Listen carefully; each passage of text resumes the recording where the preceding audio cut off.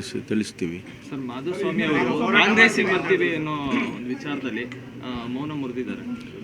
ಅಲ್ಲ, ನಿಮ್ಗೇನಾರು ಹೇಳಿರ್ಬೋದೇನೋ, ಅವರು ನನಗೆ ಇಲ್ಲಿ ತನಕ ಹೇಳಿಲ್ಲ. ನೋಡಿ ಅಂತ ಹೇಳಿದ್ದಾರೆ ಸರ್. ಹೌದಾ?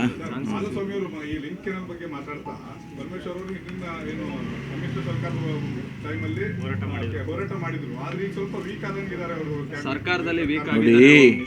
ಸರ್ಕಾರ, ನಾನು ಅದಕ್ಕೆ ಹೇಳಿದ್ದು ಇದು ಕ್ಯಾಬಿನೆಟ್ ಡಿಸಿಷನ್ನು ಅಂತ, ಪರಮೇಶ್ವರ್ ಡಿಸಿಷನ್ ಅಲ್ಲ. ಪರಮೇಶ್ವರ್ ಡಿಸಿಷನ್ ಆಗಿದ್ದಿದ್ರೆ ಅದು ಬೇರೆ ಥರ ಆಗ್ತಾಯಿತ್ತು, ರಾಜಣ್ಣ ಅವ್ರ ಡಿಸಿಷನ್ ಆಗಿದ್ದರೆ ಬೇರೆ ಥರ ಆಗ್ತಿತ್ತು. ಇದು ಒಟ್ಟಾರೆ ಕ್ಯಾಬಿನೆಟ್ ಡಿಸಿಷನ್ ಆದದ್ರಿಂದ ನಮ್ಮ ಅಭಿಪ್ರಾಯ ಕ್ಯಾಬಿನೆಟಲ್ಲಿ ಏನು ಹೇಳಬೇಕೋ ಅದನ್ನು ಹೇಳಿದ್ದೀವಿ.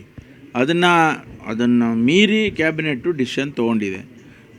ಅದನ್ನು ಈಗ ಎಲ್ಲರೂ ನಾವೆಲ್ಲ ಕ್ಯಾಬಿನೆಟ್ ಇರೋವರೆಗೂ ಗೌರವಿಸ್ಬೇಕಾಗ್ತದೆ. ಆದರೆ ನಮ್ಮ ಮುಂದಿನ ಬೆಳವಣಿಗೆ ಬಗ್ಗೆ ನಮ್ಮ ಅಭಿಪ್ರಾಯ, ಈಗ ಈ KDPನಲ್ಲಿ ಈ ರೀತಿ ಶಾಸಕರೆಲ್ಲ ಅಭಿಪ್ರಾಯ ಪಟ್ಟಿದ್ದಾರೆ ಅಂಥೇಳಿ ನಾವು ಸರ್ಕಾರಕ್ಕೆ ತಿಳಿಸ್ತೇವೆ. ಅಲ್ಲ ಸರ್, ಈಗ ಕುಣಿಗಲ್ಲು ಸ್ಟೇಟ್ ಫಾರ್ಮ್ ನೀವು ಹೋರಾಟಕ್ಕೆ ಕೈ ಜೋಡಿಸ್ತೀರಾ ಅಂತ ಯಾವುದು ರಾಜಣ್ಣ ಅವರು ಹೇಳಿದ್ರು, ಲೋಕಸಭಾ ಚುನಾವಣೆ ಅಂತ ನೀರಾವರಿ ಜಿಲ್ಲೆ ಹೋರಾಟಕ್ಕೆ ನಾನು ಕೂಡ ಭಾಗಿಯಾಗ್ತೀನಿ, ಯಾರೇ ಬಂದರೂ ಕೂಡ ಅಂತ. ಅಲ್ಲ, ನಮಗೀಗ ನಿಮ್ಮ ಉಬ್ಬಿದ ರಕ್ತನಾಳಗಳ ಸಮಸ್ಯೆಗೆ ಎವಿಸ್ ಆಸ್ಪತ್ರೆಯಲ್ಲಿ ಕೇವಲ 30 ನಿಮಿಷದ ಲೇಸರ್ ಚಿಕಿತ್ಸೆಯೊಂದಿಗೆ ಮುಕ್ತಿ ಹೊಂದಬಹುದು. ಹೆಚ್ಚಿನ ವಿವರಗಳಿಗಾಗಿ ಸಂಪರ್ಕಿಸಿ 8088837300. ಜಿಲ್ಲೆಯ ಆಸಕ್ತಿ ಭಾಳ ಮುಖ್ಯ. ಜಿಲ್ಲೆಗೆ ಅನ್ಯಾಯ ಆಗ್ತಾ ಇದೆ ಅಂತ ಹೇಳಿದ್ರೆ ಅದನ್ನು ಹೋರಾಟ ಮಾಡಿದೆ ಇನ್ನೇನು ಮಾಡೋದು?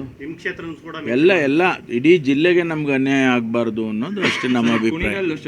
ತಿಳಿಸ್ತೀವಿ. ಸರ್, ಮಾಧುಸ್ವಾಮಿ ಅವರು ಕಾಂಗ್ರೆಸ್ಸಿಗೆ ಬರ್ತೀವಿ ಅನ್ನೋ ಒಂದು ವಿಚಾರದಲ್ಲಿ ಮೌನ ಮುರಿದಿದ್ದಾರೆ. ಅಲ್ಲ, ನಿಮ್ಗೇನಾರು ಹೇಳಿರ್ಬೋದೇನೋ, ಅವರು ನನಗೆ ಇಲ್ಲಿ ತನಕ ಹೇಳಿಲ್ಲ. ನೋಡಿ ಅಂತ ಹೇಳಿದ್ದಾರೆ ಸರ್. ಹೌದಾ?